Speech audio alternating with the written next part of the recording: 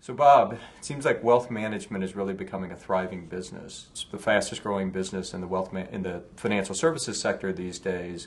It also seems like 2008 is going to be a pivotal year for wealth management firms. Do you see it turning out that way? Absolutely, Colin. I think this is a very key year for wealth management. I mean, first of all, we've got the first down equity market in 5 years, and new clients are afraid, and experienced clients have not always been well positioned for this kind of market move. But there's been an element of trust that's really been broken between the clients, the advisors, and the firms, and that this has really happened over the last kind of 9 months. I think you're absolutely right, Colin. I mean, what we're seeing is that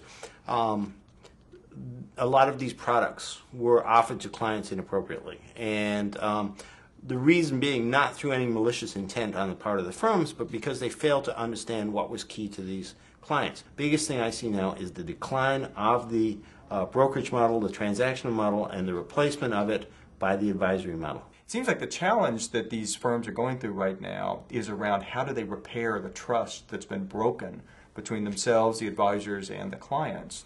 But the only way a firm really seems like they can do that is if they transform their business model. Back to what you had said about, is this a brokerage world or is this a wealth management world?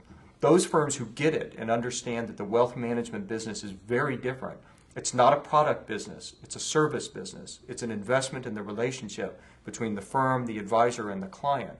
It's the firms that understand that are the ones that are going to be able to build that trust, who are going to build the capability to be the trusted advisor, and as a result have really sticky relationships with their clients. What do you think that the wealth management community, what the leaders of wealth management firms should be doing to take advantage to win in this marketplace? It really comes down to, again, what we believe are two very, very important levers in being able to drive success.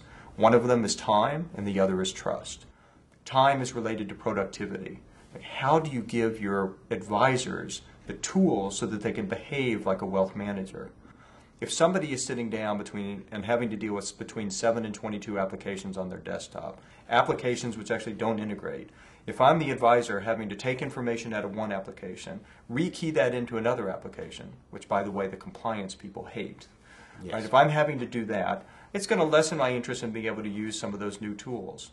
So the important part of doing that is building or rebuilding the trust that may have been broken, but importantly being able to invest the time so that they can build the relationship that they want with their client.